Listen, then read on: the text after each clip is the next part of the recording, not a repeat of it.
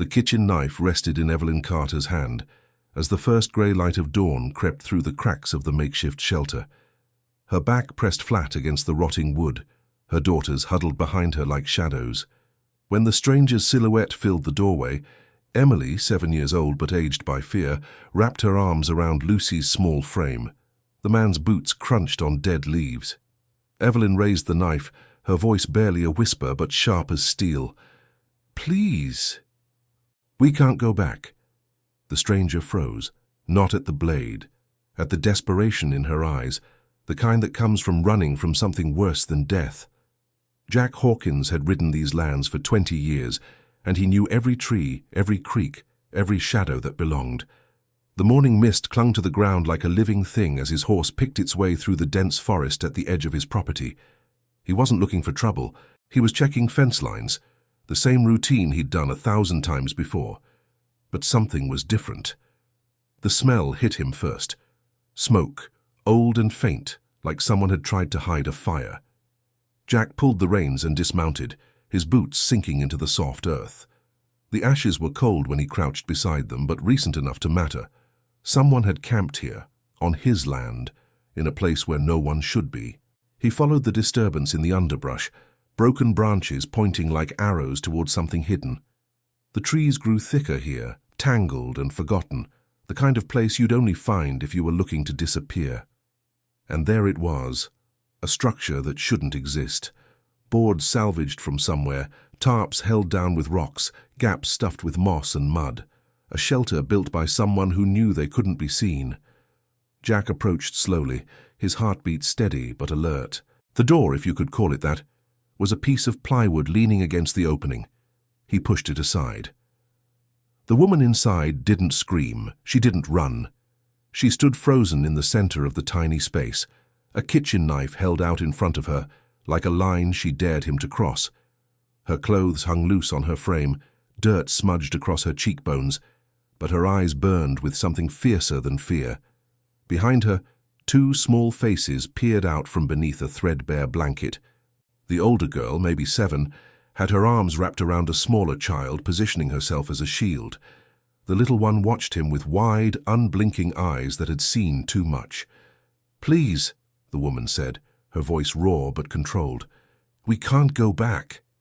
Jack raised his hands slowly, showing he meant no harm. "Ma'am, I'm not here to hurt you. This is my land. I just need to know—" "I know whose land this is." Her grip on the knife tightened. "That's why we're here. No one comes this far out." He studied her face, the sharp angles of hunger, the exhaustion carved into every line. This wasn't someone down on their luck. This was someone hiding from something specific, something that made living in the woods with 2 small girls seem like the safer option. "How long have you been out here?" Jack asked, keeping his voice low and even. She didn't answer. The older girl shifted slightly, her small frame tense and ready. Jack noticed the way she watched him, not like a scared child, but like a sentry, like someone who'd been trained to watch for danger. If you're watching this story and want to see more content like this, please consider subscribing to our channel. We're working toward reaching 1,000 subscribers, so we can keep bringing you powerful, emotional stories that matter.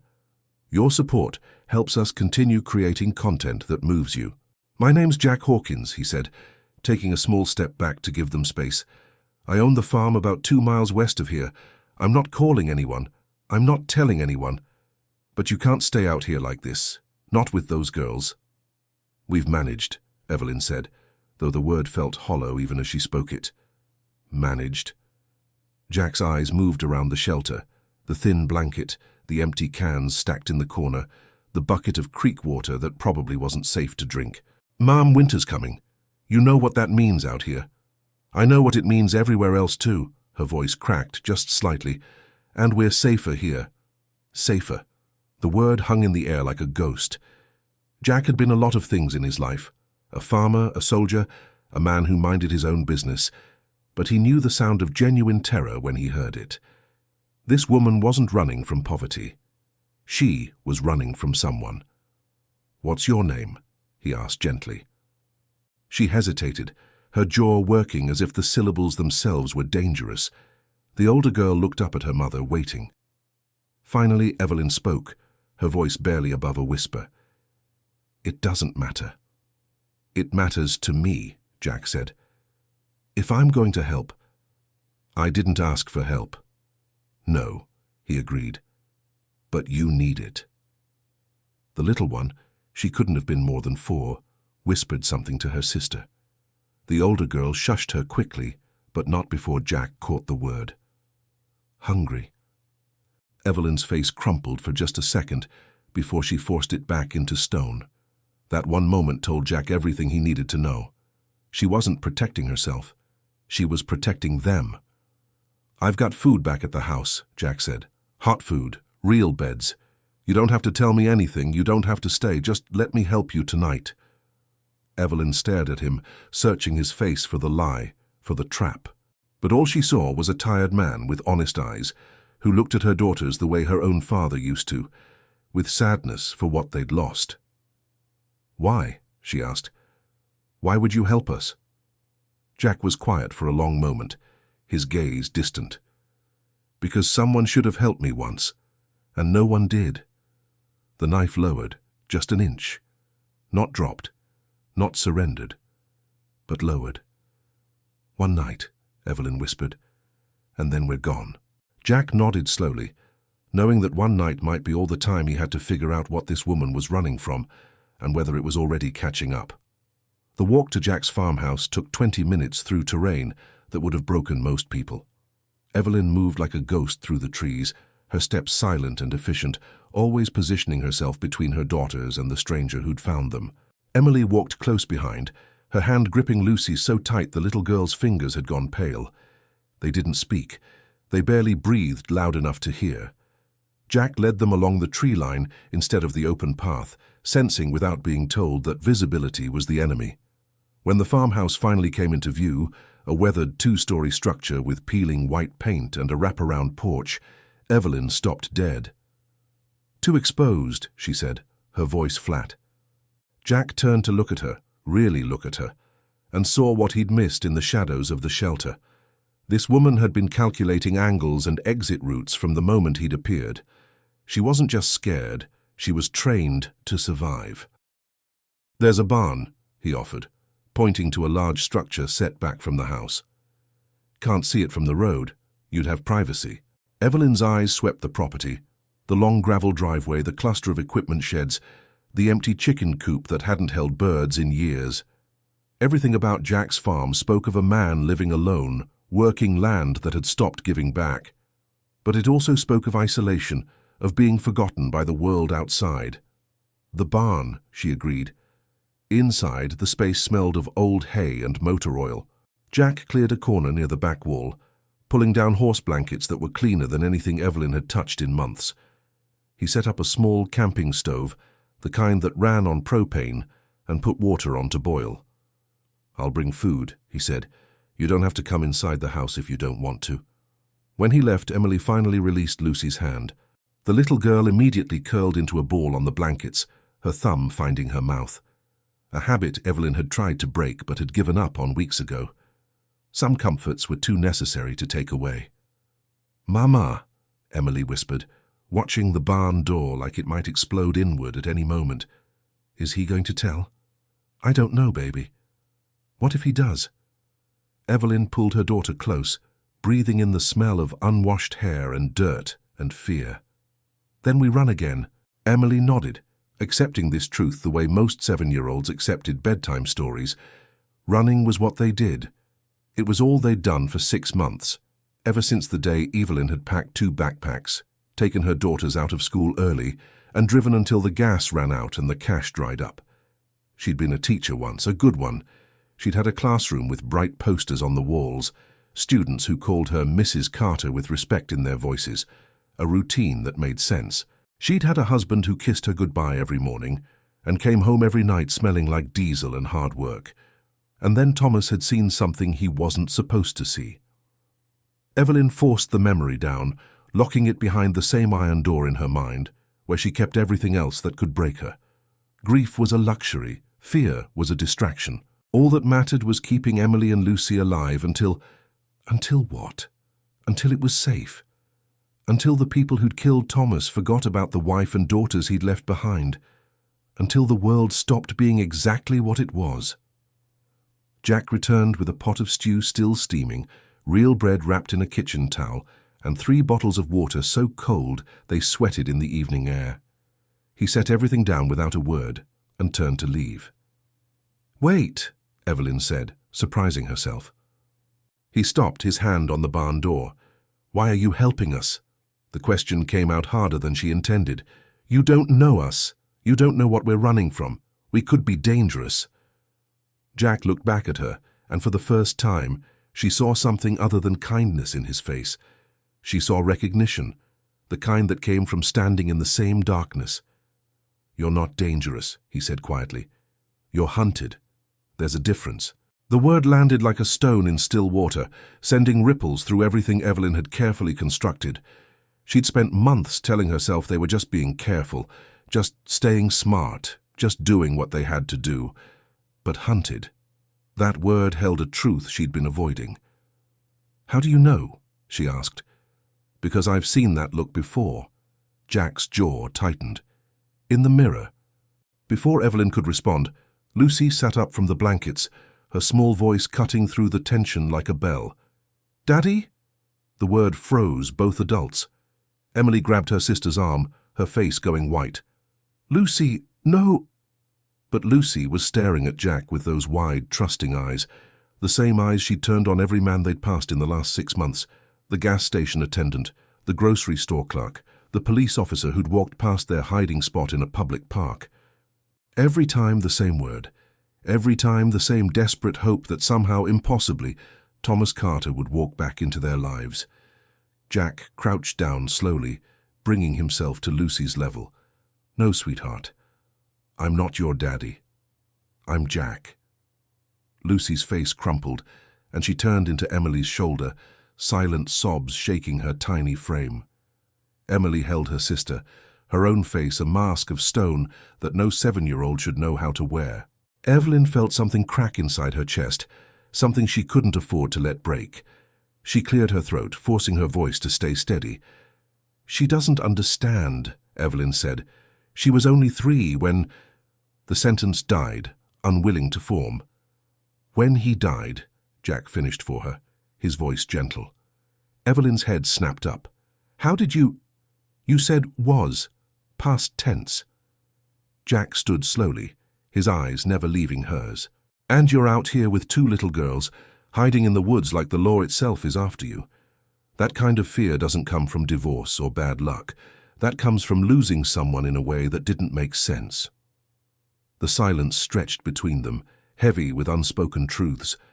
Evelyn wanted to deny it, to deflect, to grab her daughters and disappear back into the trees, but she was so tired of carrying everything alone. "His name was Thomas," she heard herself say. "Thomas Carter." Jack's expression shifted, subtle but unmistakable. His eyes widened slightly and his hand moved to grip the barn door frame as if he suddenly needed the support. "Carter," he repeated slowly. "Thomas Carter, who worked at the Morrison farm 3 years back?" Evelyn's blood turned to ice. "You knew him." "I knew of him." Jack's face had gone pale. "He was the one who—" He stopped, glancing at Emily and Lucy, choosing his words carefully. "He tried to do the right thing. And it got him ended," Evelyn said, her voice hollow. 2 days after he went to the authorities about what he'd found, 2 days, and then there was an accident at the grain silo." Jack closed his eyes, and Evelyn saw pain flash across his features, the kind that came from understanding exactly what she'd lost and why. "If you know who he was," Evelyn continued, her voice dropping to barely a whisper, "then you know why I can't be seen. Why my daughters can't be registered anywhere. Why we live in the woods like animals instead of going to the police or family or anyone who might actually help us." "Because they told you what would happen if you talked," Jack said quietly. Evelyn's silence was answer enough. Emily shifted, her arm still wrapped around Lucy, her young face carved with a weariness that belonged to someone decades older. "Mama gets letters sometimes," she said suddenly, her voice small but clear. "When we were still in town. Before we left. They'd come with no return address, just pictures." "Emily," Evelyn started. Pictures of us, Emily continued, her eyes fixed on Jack. Me at school, Lucy at daycare, Mama at the grocery store, like someone was always watching. Jack's hands curled into fists at his sides. And the police? One of them delivered the last letter, Evelyn said flatly. Handed it right to me with a smile. Told me to be careful out there. Said accidents happen all the time to families who don't know when to keep quiet. The weight of it settled over the barn like a physical presence. The impossible situation, the invisible net that had closed around Evelyn's life and squeezed until running seemed like the only option left. Jack stared at her, and she saw something shift in his expression. Not pity, something harder, something that looked almost like recognition. Come on, he said finally. Eat. Get some rest. We'll figure out tomorrow when tomorrow comes. But as he walked back toward the farmhouse, Evelyn saw the tension in his shoulders, the way his hand moved to his phone and then away again, as if he wanted to make a call but knew better. And she wondered, not for the first time, if trusting anyone even for one night was the mistake that would finally get them caught. Jack didn't sleep that night. He sat at his kitchen table, a cup of coffee growing cold between his hands, staring at the phone he hadn't touched in hours. Through the window, he could see the dark shape of the barn against the moonlit sky, and he imagined Evelyn Carter sitting just as still, just as awake, keeping watch over daughters who'd learned to sleep with one eye open. Thomas Carter. The name rolled through his mind like thunder before a storm. Jack had never met the man personally, but in a county this small, stories traveled. 3 years ago, Thomas had worked maintenance at the Morrison farm, one of the largest operations in the region, the kind of place that employed half the county and owned the other half. He'd been quiet, reliable, the kind of worker who showed up on time and kept his head down until he'd found something in the equipment records, something that didn't add up.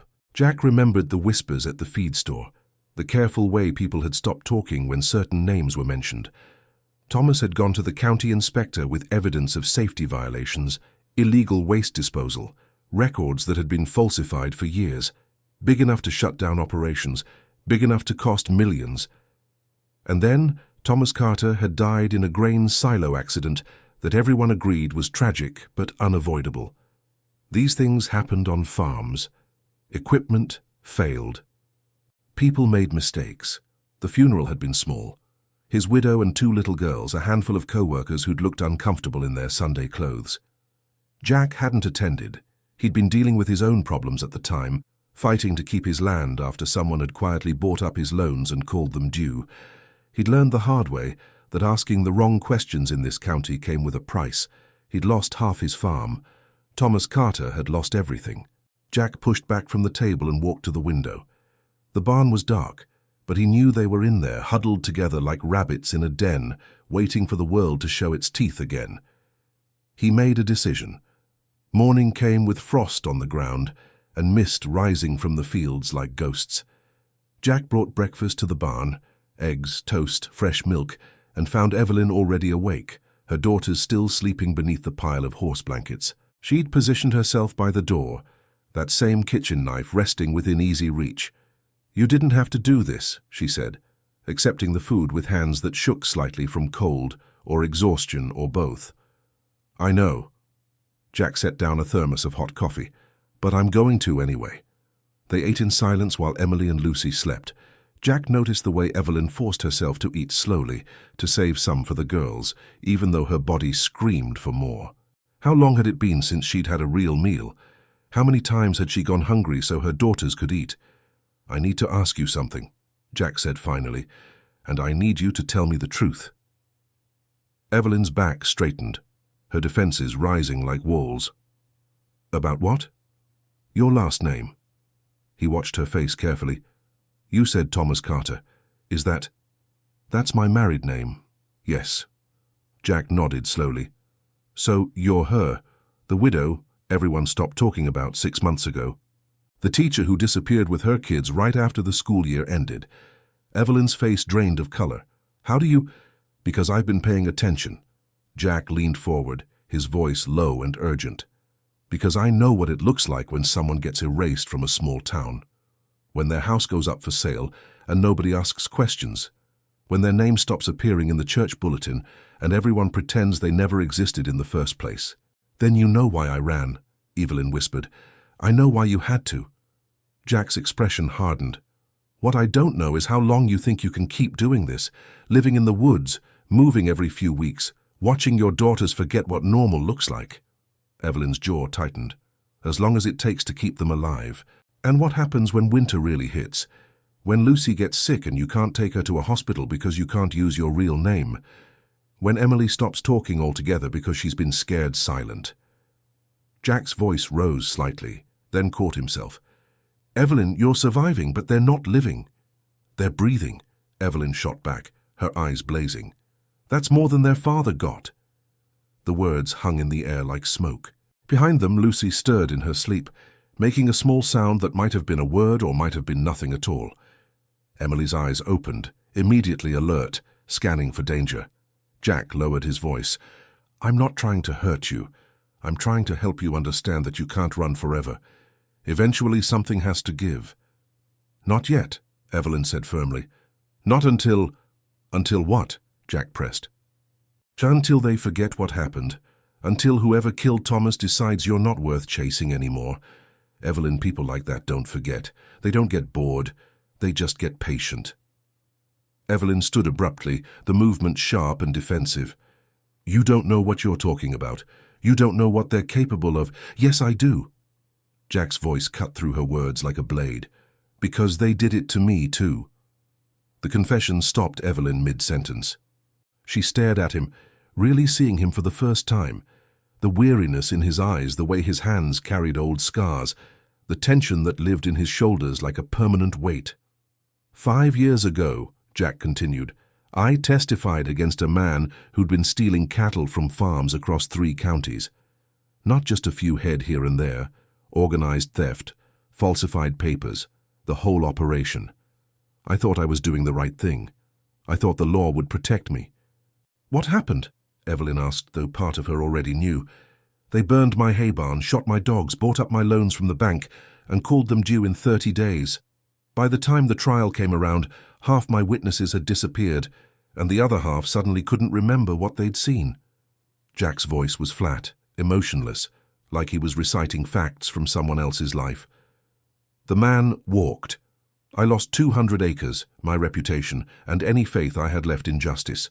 Evelyn sank back down, her anger deflating into something that looked like grief. Then you understand. I understand that fighting them nearly destroyed me, Jack said. But I also understand that running would have finished the job. At least I still have this. He gestured to the barn, the farm beyond. At least I can look at myself in the mirror. I can look at my daughters, Evelyn countered. That's all that matters. Emily had sat up by now, Lucy clinging to her side, both girls watching the adults with wide, careful eyes. They'd heard it all, every word, every truth their mother had tried to shield them from. Emily's face was unreadable, but her hand tightened on Lucy's shoulder. Jack met the older girl's gaze and saw something that made his chest ache. She wasn't just protecting her sister. She was keeping track, filing away information, preparing for the moment when she'd have to make life or death decisions of her own. 7 years old, and already carrying the weight of an adult's fear. There might be another way, Jack said carefully. There isn't, Evelyn said. Just hear me out. Jack pulled a folded piece of paper from his pocket, an old newspaper clipping, yellowed with age. The man who tried to destroy me? He's in prison now. Different charges, different case, but someone eventually got him. It took 3 years, but it happened. Good for them, Evelyn said bitterly. Thomas is still gone. But his evidence isn't. Jack's eyes locked onto hers. If Thomas found something worth killing him over, that evidence still exists somewhere. Documents don't die, numbers don't forget. And if you could find it, if you could prove what he discovered, they'd kill me before I got halfway to a courthouse. Not if you had help. Jack's voice was steady, certain. Not if you had someone who knew how they operated, someone who'd already survived their worst. Evelyn laughed, a sound without humor. You're insane. You're actually suggesting I go back, that I walk right into the place where my husband died and start digging around for evidence that got him murdered? I'm suggesting you stop running long enough to fight back. I can't. Evelyn's voice broke, just slightly. I can't risk them. I won't. Jack glanced at Emily and Lucy, then back at Evelyn. Then what's your plan? Hide until they're 18, teach them that fear is the only real option, show them that when evil wins, you just accept it? I'm showing them how to survive. You're showing them how to exist, Jack corrected gently. There's a difference. Emily spoke then, her voice small but clear in the cold barn air. Mama, what did Daddy find? Evelyn's face crumpled. Baby, you don't need to... What did he find? Emily repeated, stronger this time. If it was important enough that he died for it, shouldn't we know what it was? The question hung in the air like a challenge, like a door Evelyn had been holding shut, suddenly pushed open by the one person she couldn't deny.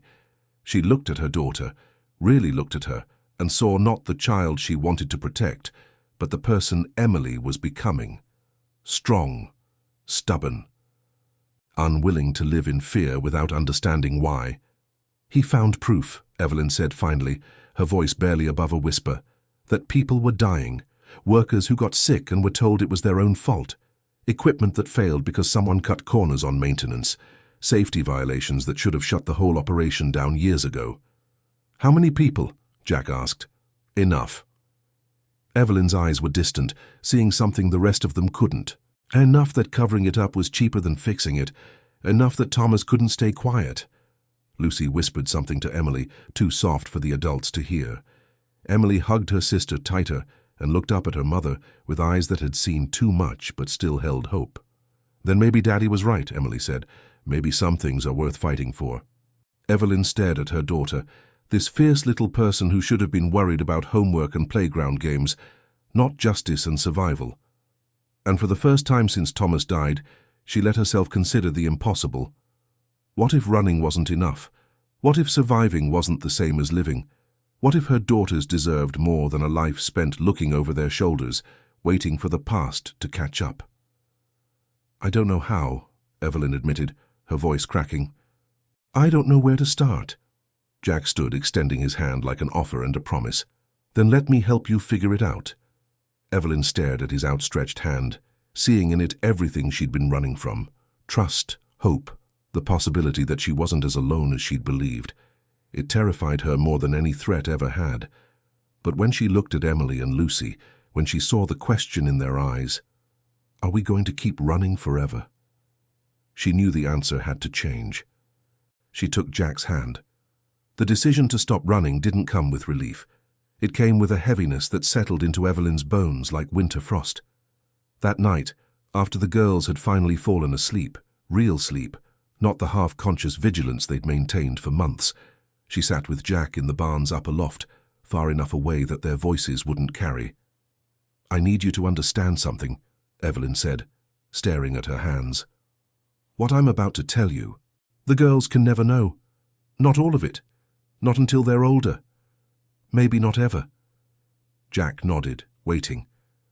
Evelyn took a breath that seemed to come from somewhere deep and painful. Thomas didn't just find safety violations. He found a pattern. Workers who complained about chemical exposure suddenly had their immigration papers questioned. People who filed injury reports got laid off for unrelated performance issues. And the ones who pushed harder. Her voice trailed off into silence. They disappeared, Jack finished quietly. Not disappeared, died. Evelyn's hands trembled and she clasped them together to still them. Car accidents, house fires. One man supposedly took his own life, even though his family swore he'd never do that. Thomas started keeping records, matching dates, tracking incidents. He realized it wasn't random, it was systematic. The barn creaked in the wind, a sound like old bones settling. Jack leaned forward, his elbows on his knees. How much evidence did he gather? Enough to prove negligence, enough to show the county inspector had been paid to look the other way, enough to connect deaths back to specific decisions made by specific people. Evelyn's voice dropped to barely a whisper. He made copies, kept them in 3 different locations. He was careful, he was so careful. But they found out anyway. Someone saw him making copies at the library. Or maybe someone noticed him talking to that reporter from Louisville. We never knew exactly how they figured it out. Evelyn's eyes were distant, seeing a past she couldn't change. He came home that Tuesday night and told me he was going to the state authorities in the morning, said the local system was too corrupt, that he had to go higher. I begged him to wait, to think about us, about the girls. Her voice cracked, and she pressed her fist against her mouth, forcing the emotion back down. He said he was thinking about us, that he couldn't raise daughters in a world where evil people won just because good people stayed quiet. He kissed me, told me he loved me, went to bed like it was any other night. A tear slid down Evelyn's cheek, and she didn't bother to wipe it away. The next morning he went to work early. By noon he was dead. Jack's jaw tightened. The grain silo. They said he fell, that he wasn't wearing safety equipment, that he'd been careless. Evelyn's laugh was bitter and broken. Thomas, who spent 6 months documenting safety violations, who knew every regulation by heart, they expected me to believe he just forgot to clip his harness. What did the police say? That accidents happen, that there was no evidence of foul play, that I should accept the life insurance payment and move on. Evelyn's eyes blazed with fury. The insurance company tried to deny the claim at first, said it was negligence on his part. Then suddenly they approved it, full payout, no questions. Someone wanted me to take the money and disappear quietly. But you didn't take it. I couldn't. The moment I deposited that check, I'd be accepting their story. I'd be saying Thomas died because of his own mistake, not because someone murdered him. Evelyn shook her head fiercely. I told them to keep it, told them I didn't want blood money. Jack exhaled slowly. That's when the threat started. 3 days after the funeral, a letter in my mailbox, no stamp, no return address. Just a photograph of Emily leaving school, and a note that said, "Children need their mother." Evelyn's hands clenched into fists. I went to the police. The officer, a man I'd known for years, whose kids I'd taught, he looked at the letter and said, maybe I was under stress. That grief could make people imagine threats that weren't real. He was part of it. Or scared, or paid off. Does it matter? Evelyn's voice rose slightly, then dropped again when she remembered the sleeping girls below. 2 weeks later, someone tried to break into our house at 3 a.m. I called the police. They came an hour later, said there was no sign of forced entry, suggested I might have dreamed it. But I saw the scratches on the back door lock. I heard the footsteps on the porch. She wrapped her arms around herself, suddenly cold despite the relative warmth of the loft. That's when I knew. I couldn't stay. I couldn't trust anyone in that town. Not the police, not the neighbors who suddenly stopped making eye contact, not even my own family who kept telling me to let it go and think about the girls' future. Her voice turned hard. So I did think about their future, and their future was staying alive. Jack was quiet for a long moment, processing everything she'd told him. The evidence Thomas gathered. Do you know where it is? Evelyn hesitated, and in that hesitation, Jack saw the answer. You do know, he said. You know exactly where it is. Knowing and accessing are two different things. Evelyn's eyes met his. One copy was at our house. I assume they found it during the break-in attempt. One was with the reporter, who suddenly stopped returning Thomas's calls after he died. That leaves one location. Where? His sister's house, Clara Carter. She lives 2 towns over, kept the documents in her safe without knowing what they were. Thomas told her they were insurance papers, asked her to hold them in case anything happened to him. Evelyn's voice was hollow. I haven't spoken to her since the funeral, haven't risked calling, haven't tried to visit. If they're watching me, they're watching her too. So the evidence exists, but it's locked in a safe you can't access without putting Thomas's sister in danger. And even if I could get it, what then? Evelyn's frustration boiled over. Who do I give it to? The local police who helped cover up the murder, the county inspector who was being paid off, the state authorities who might be compromised too. Thomas tried to do the right thing, and they killed him for it. What makes you think they won't kill me, kill all of us the moment we try to use that evidence? The question hung in the air, heavy and unanswerable. Jack stood and walked to the loft's small window, looking out at the dark fields beyond. For a long time he said nothing. Then, "My lawyer." Evelyn frowned. "What?" "The lawyer who helped me fight to keep this farm. She's not from here, not connected to the local system, and she's mean as a snake when someone tries to intimidate her clients." Jack turned back to Evelyn. If we could get Thomas's evidence to her, she'd know what to do with it. Who to contact at the state level, maybe even federal if it's big enough. "They'll know," Evelyn said. "The moment we make a move toward Clara's house, the moment we try to retrieve those documents, they'll know." "Probably," Jack agreed, "which is why we need to be smarter than they are." Before Evelyn could respond, a small sound came from below, a whimper, then a cry. Lucy was having a nightmare. Evelyn moved immediately, climbing down the loft ladder with practiced speed. Jack followed, watching as she knelt beside the little girl, gathering her into her arms. "Shh, baby. Mama's here. You're safe." But Lucy's eyes were wide and terrified, seeing something in her dreams that the waking world couldn't touch. "The bad man," she whispered. "He was at the window again." Emily sat up, immediately alert. "Lucy, it was just a dream. He was there." Lucy's voice rose to a wail. "Like at the old house, he was watching." Evelyn froze. Jack saw her face go pale, saw the way her arms tightened around Lucy like she could shield her from memory itself. "Emily," Evelyn said carefully, "what does she mean, like at the old house?" Emily's face was guilty, caught. She saw someone, the night before we left. I told her not to tell you because you were already so scared and—" "Emily," Evelyn's voice was sharp now. "What did Lucy see?" The 7-year-old looked at her mother, then at Jack, then at her sister, still crying in Evelyn's arms. Finally she spoke, her voice small but clear. "A man standing in our backyard. Just standing there, looking up at our window. He didn't try to come in, he just watched. I saw him too, but I thought if I told you, you'd do something scary, so I pretended Lucy was making it up." Evelyn's face had gone from pale to ashen. Jack watched as she processed this new information. Not just that someone had been watching them before they ran, but that her daughters had been keeping secrets to protect her. That the threat had been even closer than she'd known. "Did you see his face?" Jack asked Emily gently. Emily shook her head. "It was dark, but he was tall, and he didn't move the whole time we watched him. Just stood there like he wanted us to know he was there." Like a message, Jack thought. Like a reminder that they were never truly safe. Evelyn stood abruptly, still holding Lucy, and Jack saw the shift in her, the moment when fear transformed into something harder, sharper.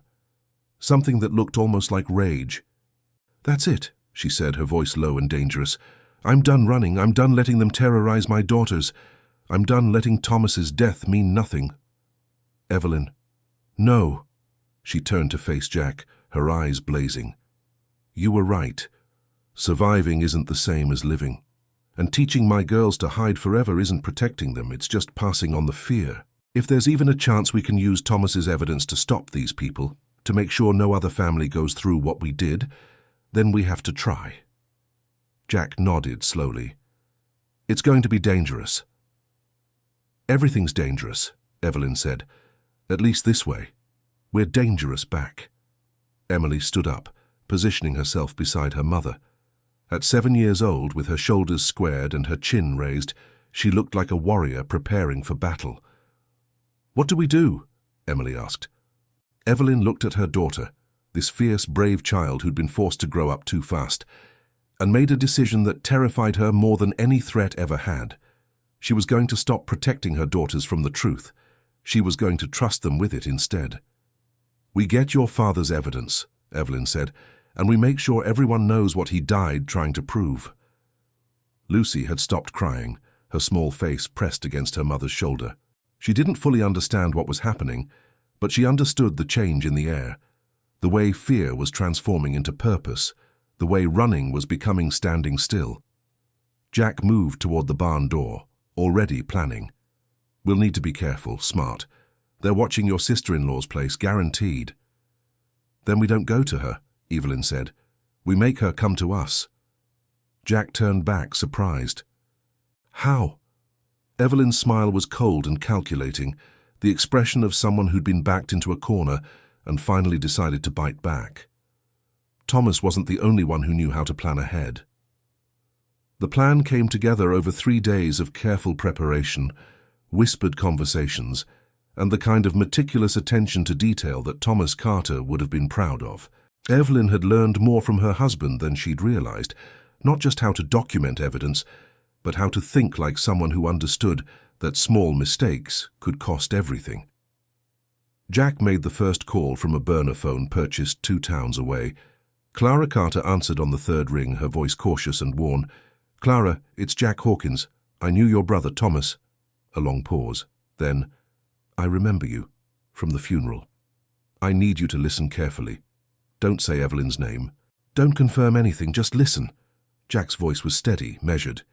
"The documents Thomas left with you, the ones he said were insurance papers, they're not insurance papers, and there are people who would do anything to get them."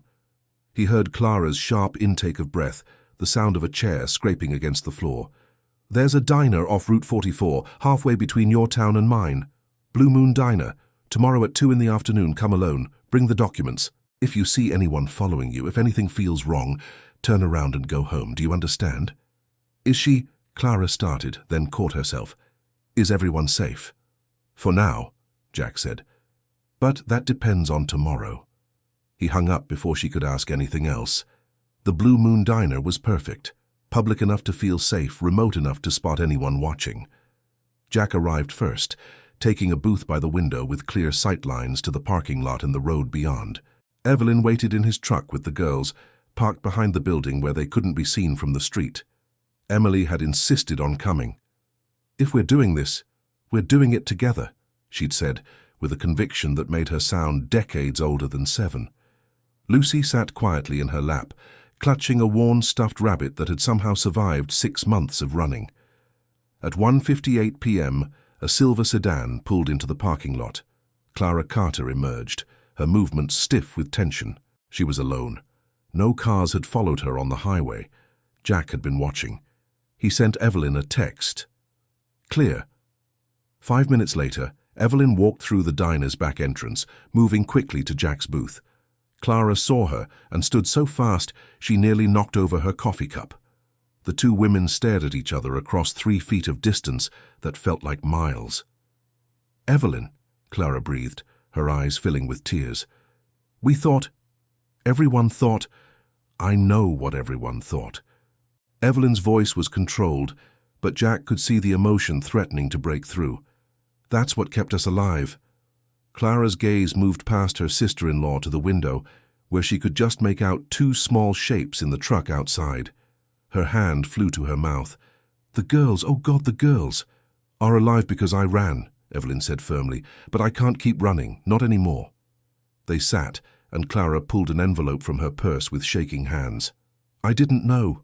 Thomas told me these were life insurance documents, that he was being cautious because of the dangerous equipment at work. I put them in my safe and didn't think about them again until—" She swallowed hard. "Until he died." "Did you look at them?" Jack asked. Clara shook her head. "I was afraid to. After what happened to Thomas, after Evelyn disappeared, I knew whatever was in that envelope was dangerous, but I couldn't destroy it either. It was the last thing my brother asked me to protect." Evelyn took the envelope with steady hands, though Jack saw the effort it cost her. Inside were USB drives, photocopied documents, handwritten notes in Thomas's precise script, evidence of every violation, every covered-up incident, every life lost or ruined because profit mattered more than safety. "There's something else," Clara said quietly. "Last week, a man came to my house, said he was from the insurance company, asking about Thomas's final affairs. But something felt wrong.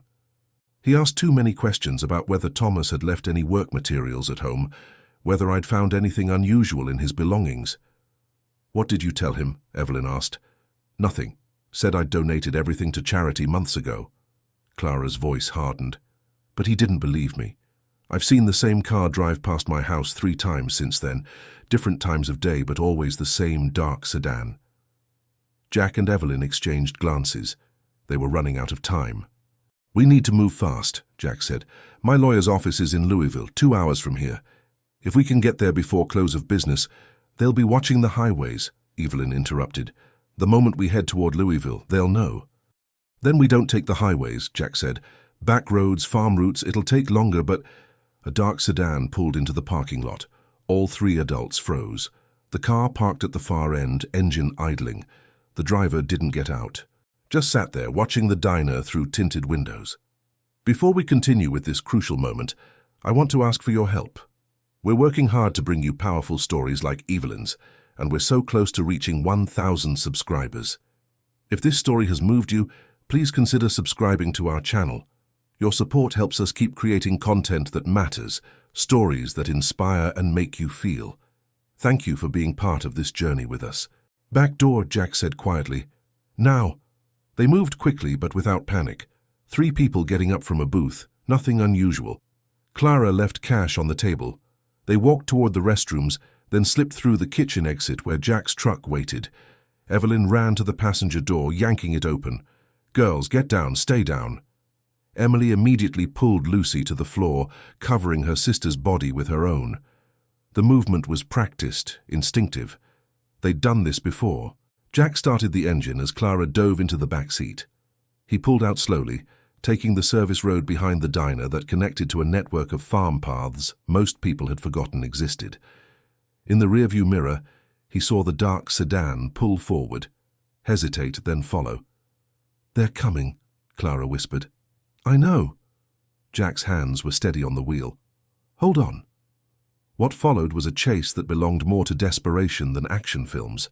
Jack knew these roads. Every turn, every shortcut, every place where the packed dirt gave way to gravel or mud. The sedan followed, but the driver didn't have the same advantage. Jack took turns that seemed impossible, cutting through farmland and crossing creeks, where the water ran shallow enough for his truck, but deep enough to slow a car built for pavement. After 20 minutes of hard driving, the sedan fell back, either lost or stuck on a road that had turned to thick mud after recent rain. Jack didn't slow down. He kept driving, taking routes that zigzagged across the county until he was certain they weren't being followed. Only then did he let Emily and Lucy sit up. Lucy was crying silently, her face pressed against Emily's shoulder. Emily's expression was blank, emotionless, the face of a child who'd learned to shut down fear because feeling it was too overwhelming. "It's okay," Evelyn said, reaching back to touch her daughters. "We're okay." But they all knew it wasn't okay. Not yet. They reached Jack's lawyer's office at 4:47 p.m., 13 minutes before closing. Margaret Chen took one look at the 4 adults and 2 terrified children crowding into her reception area and locked the door behind them. "Jack," she said calmly, "I assume this isn't a social visit." "No, ma'am." Jack handed her the envelope. "This is evidence of criminal negligence, possibly murder. We need you to get it to someone who can actually do something with it, someone who isn't connected to the local system." Margaret opened the envelope, her expression growing darker as she flipped through the documents. After 5 minutes of silence, she looked up at Evelyn. "You're Thomas Carter's widow." "Yes." "And you've been hiding because someone threatened your children if you came forward with this." "Yes." Margaret's jaw tightened. She picked up her phone and made a call. "David, Margaret Chen, I need you at my office immediately. And bring your FBI contact." She hung up and looked at Evelyn. "If what's in here is accurate, this isn't just a local corruption case. This is federal. Worker safety violations, falsified federal reports, possible racketeering if they've been systematically covering up deaths and buying off officials." "How long?" Evelyn asked. "How long until we're safe?" Margaret's expression softened. "I can't promise safety, but I can promise that within 24 hours, enough people will know about this evidence that making you disappear would only draw more attention to the case. That's the best protection you're going to get." It wasn't a guarantee. It wasn't even close to what Evelyn wanted to hear. But it was something, the first real something they'd had in 6 months. Clara spoke up then, her voice shaking but determined. "I'll testify. About the man who came to my house asking questions. About the car that's been watching me, whatever you need." "Me too," Jack said. I'll testify about what happened to me 5 years ago. Show the pattern of intimidation." Margaret nodded, already taking notes. "Good. The more we can document their methods, the stronger the case." She looked at Emily and Lucy, her expression gentling. "You girls are very brave. Do you know that?" Lucy buried her face in her mother's side, but Emily lifted her chin and met Margaret's eyes directly. "Our daddy was brave," Emily said. "We're just trying to be like him." They stayed at Jack's farm that night, all of them together in the main house instead of the barn. Margaret had arranged for a state police officer, one she personally trusted, to patrol the property. It wasn't much, but it was more protection than they'd had in months. Evelyn sat on the porch as the sun set, watching Emily and Lucy play in the yard, really play, for the first time in half a year. Lucy was running, her laugh carrying across the fields like music Evelyn had forgotten existed. Emily was teaching her sister how to catch fireflies, cupping them gently in her hands and letting them go after Lucy made a wish.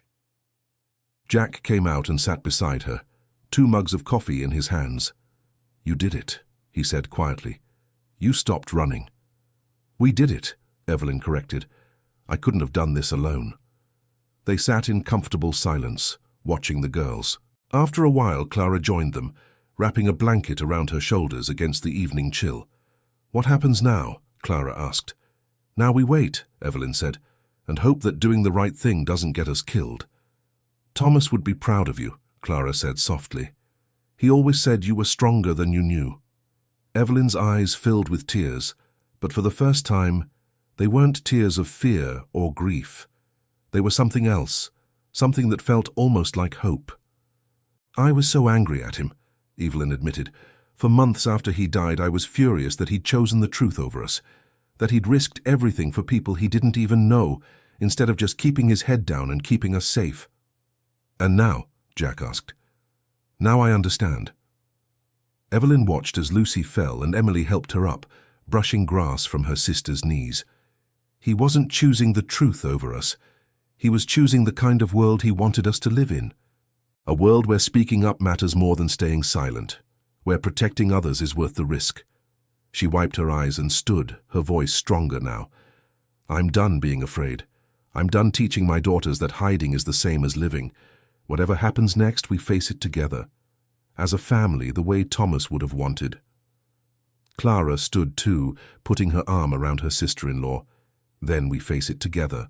Jack joined them, the 3 adults standing side by side as the last light faded from the sky and the first stars appeared overhead. In the yard, Emily caught a firefly and brought it to her mother, her small face glowing with something that looked like joy. "Mama, look. Lucy says we should wish for Daddy to be proud of us." Evelyn knelt down, gathering both daughters into her arms. "He already is, baby.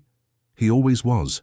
They released the firefly together, watching it spiral up into the darkness, carrying their wishes with it. And for the first time in 6 months, Evelyn Carter let herself believe that maybe, just maybe, those wishes might actually come true.